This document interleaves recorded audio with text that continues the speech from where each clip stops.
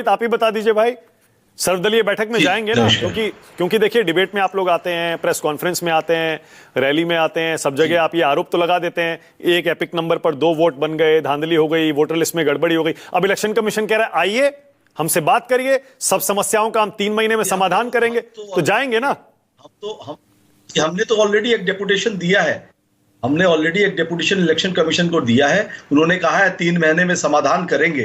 मगर वो ये नहीं बता रहे हैं कि कितने एपिक नंबर भूल है, जबकि उनके लिए बहुत ईजी है। अभी तो कंप्यूटर अगर आप एक एंटर मारिएगा सारा डाटा आ जाएगा कि पूरे देश के अंदर में इतने वोटर है और इतने एपिक नंबर, एक नंबर के 2 डुप्लीकेट वोटर कार्ड है, ट्रिप्लीकेट वोटर कार्ड है, ये कितने हैं, ये तो देश की जनता जानना चाहती है।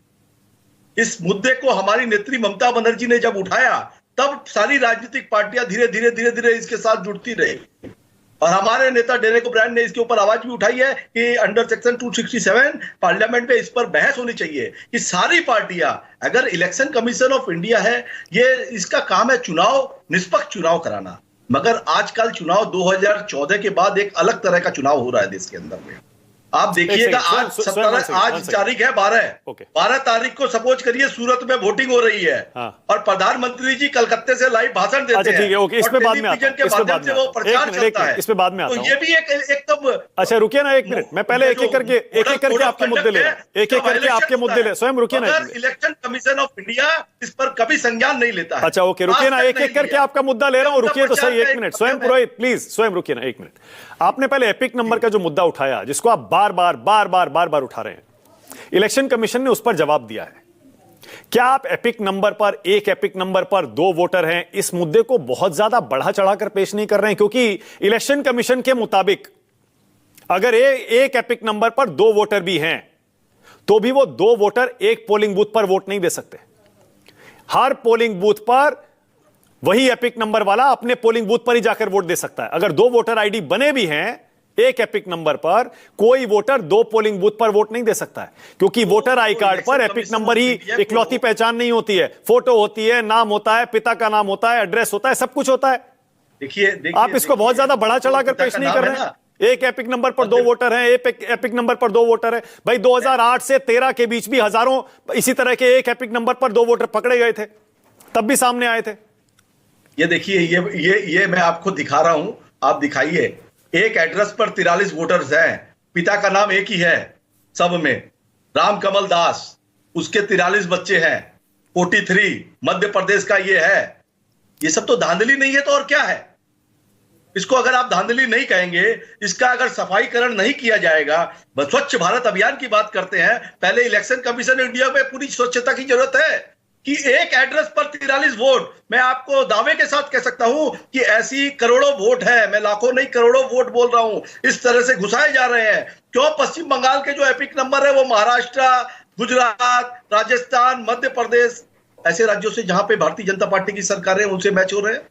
कुछ ना कुछ तो इसके अंदर में दाल में काला है। अरे पर वो वोटर को संज्ञान लेना पड़ा। पश्चिम बंगाल में वोट है ना, लगेंगे। आपको भी पता है पश्चिम बंगाल में अगर वोट है उस एपिक नंबर का, आपको बचाना है सरकार को। नहीं, सरकार को बचाना नहीं है, मैं फैक्ट की बात कर रहा हूं। यहाँ सरकार का कोई, आपको जनता का पक्ष रखना चाहिए। अरे जनता का पक्ष यही है भाई, सुनिए, आपका दायित्व है कि आप जनता के निष्पक्ष चुनाव की बात करें।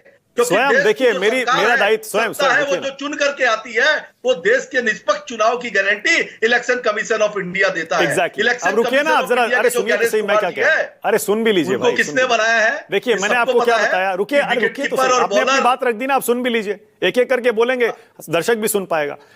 एक एपिक नंबर पर 2 वोटर नहीं होने चाहिए, ये मैं भी मानता हूं, सब मानते हैं, इलेक्शन कमीशन भी मानता है। उसने कहा, रुकिए ना, पूरी बात हो रहे हैं, अरे पूरी बात तो सुनिए। और इलेक्शन कमीशन ने कहा 3 महीने के अंदर हम इस समस्या का निवारण कर देंगे, उसके बाद आपको एक एपिक नंबर पर 2 वोटर नहीं मिलेंगे। बंगाल चुनाव में अभी बहुत समय है, यानी आपके बंगाल के चुनाव आने से पहले एक एपिक नंबर पर 2 वोटर की समस्या खत्म हो जाएगी, ठीक है?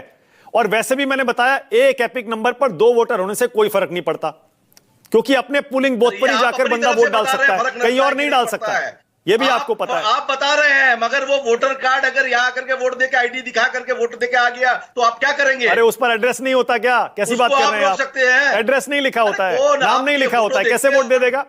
नहीं नाम, फोटो, एड्रेस, पिता का नाम, कैसे वोट दे देगा? अरे सुनिए ना, महाराष्ट्र का आदमी बंगाल में कैसे वोट दे देगा? क्या बात कर रहे हैं? मैंने अभी दिखाया आपको, मध्य प्रदेश में एक एड्रेस पर 43 वोटर, पिता की उम्र 43 साल, बेटे की उम्र 48 साल। अच्छा, ये आपके पास कहां से आया? बेटे की उम्र 48 साल। ये कहां से आया? नहीं, ये इलेक्शन कमीशन की वेबसाइट पे है, कहीं से और से नहीं आया है। मैं फॉल्स डाटा टीवी चैनल पे दावे के साथ कह सकता हूं। आप इंडिविजुअल बोलिए, मैं आपकी टीम को मैं मेल कर दूंगा। अब बीजेपी ने कल इलेक्शन कमीशन से मुलाकात की है, उनका आरोप है आपने 13 लाख फर्जी वोटर ममता सरकार ने बंगाल में जुड़वा दिए, सारे बांग्लादेशी घुसपैठिए और रोहिंग्या हैं। जवाब दीजिए। बहुत बढ़िया, बहुत बढ़िया। तब तो सुनिए, तब तो इनकी जो 12-14 सीटें आई है, ये भी नहीं आनी चाहिए थी। फिर 13 लाख क्यों, हम 17 लाख भी जुड़वा सकते हैं। अगर election commission of India Bharatiya Janata party के लोग चुन रहे हैं और उसके बाद वोटर कार्ड हम चुनवा रहे हैं, ये तो हास्यास्पद लगता है। इनके जो नेता है, इनके दिमाग का दिवालियापन है ये। शुभेंदु अधिकारी बोलते हैं कि हम मुसलमानों को, जितने विधायक है उनको हटा देंगे, फेंक देंगे। ये क्या है? हिंदू मुसलमान रमजान का महीना है। अच्छा, ममता दीदी जाएंगी या अभिषेक बनर्जी जाएंगे? हिंदुओं का सर्वदलीय बैठक में कौन जाएगा? त्योहार है, ये देश है, यूनिटी इंटू डाइवर्सिटी। स्वयं पुरोहित सभी रंग, नाना धर्म, इनको लेकर के चलता है ये। बिल्कुल सही कह रहे हैं आप, मैं इस पर आपके साथ हूं। जो डीवीसी पॉलिटिक्स करते हैं, जिनके लिए उन्हें रखा गया है, एग्जाम्पल हेमंत बिस्व शर्मा, एग्जाम्पल ये सब कांग्रेस, तृणमूल कांग्रेस से गए हैं, ये सब परचेस्ड है। इन सब के ऊपर में सीबीआई का हथकंडा था, उसके बावजूद ये डर के मारे चले गए हैं। अब उनको वो कैसेट चलानी है, ये उनकी मजबूरी है। शुभेंदु अधिकारी, ठीक है, ओके, स्वयं कुछ करने का नहीं है। एक सवाल और, उनको लगता है कि वो मुख्यमंत्री बन जाएंगे ये बोल के पश्चिम बंगाल में। ये देश के अंदर में किसी भी धर्म और किसी भी जाति के व्यक्ति के बारे में बात करना है, ये गैर संवैधानिक है।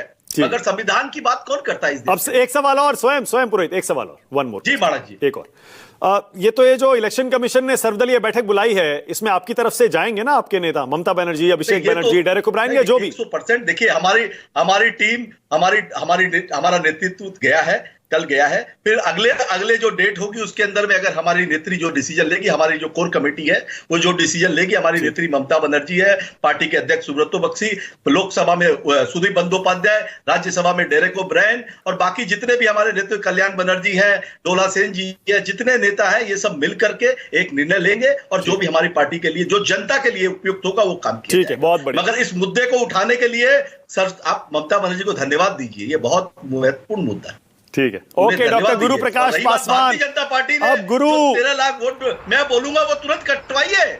भारतीय जनता पार्टी, हम तो घर घर घूम रहे हैं, ठीक है, कटवा रहे हैं, आप भी कटवाइए ना। अगर वो वोटर फर्जी है, आप कटवाइए ना, हम थोड़ी रोक रहे हैं।